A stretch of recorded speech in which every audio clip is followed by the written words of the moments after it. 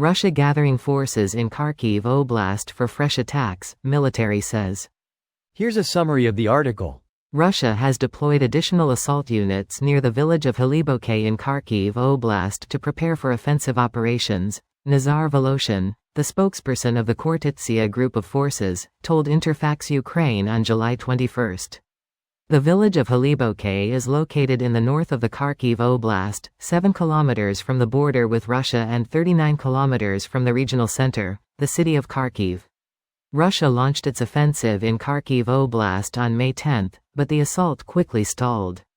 Voloshin said that in the central and eastern parts of the town of Vovchansk, which became the scene of some of the heaviest fighting in Kharkiv Oblast, Russian troops continue to regroup forces for further attacks.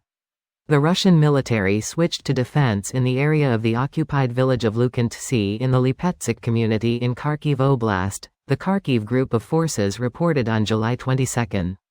Russian forces are regrouping personnel and reconnoitering the routes of advance using drones, the statement read. We took out so many of them. Ukraine stabilizes Kharkiv front after brutal Russian offensive.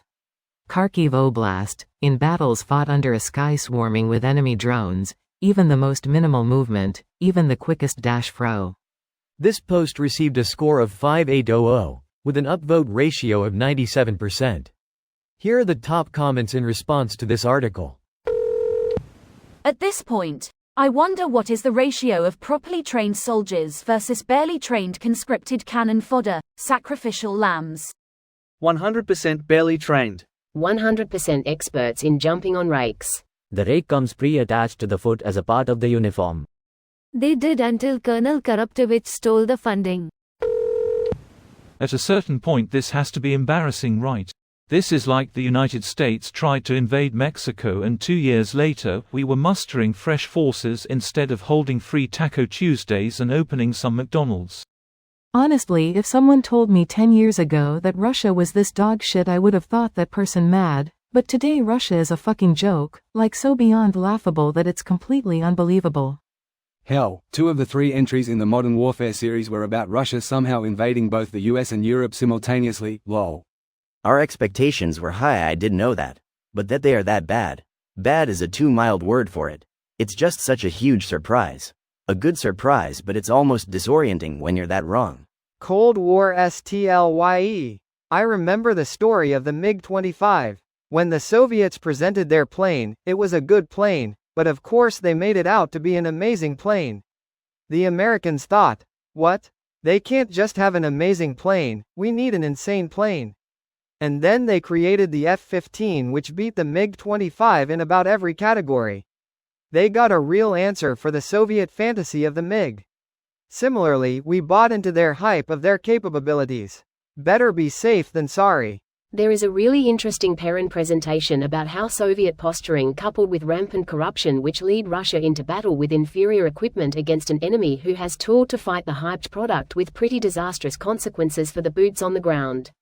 Edit. It's here if anyone is interested. Bask in the glory of the Perrin PowerPoint. It's crazy to think that guy's channel started as a gaming channel that pretty much got ignored, and then the war started, he made one video, and it blew up from there. He still has a gaming channel too. It's actually how I found him and then looked at main channel and was surprised to see mic PowerPoints from an Australian. Russia wants Ukraine to keep a heavy force concentration near Kharkiv and they are willing to sacrifice tens of thousands of troops to do it. It's absolutely crazy that I can type that sentence in out and mean it in 2024. That said, the strategy and tactics should not be misunderstood. Russia knows this is a lost cause, but by pulling Ukrainian reserves out of Donbass, they look at it as a net win. This video was automatically created by Reddit to speech. The article and comments in this video were selected from Reddit according to their upvotes, and any paraphrasing was performed by smmry.com, without any human intervention.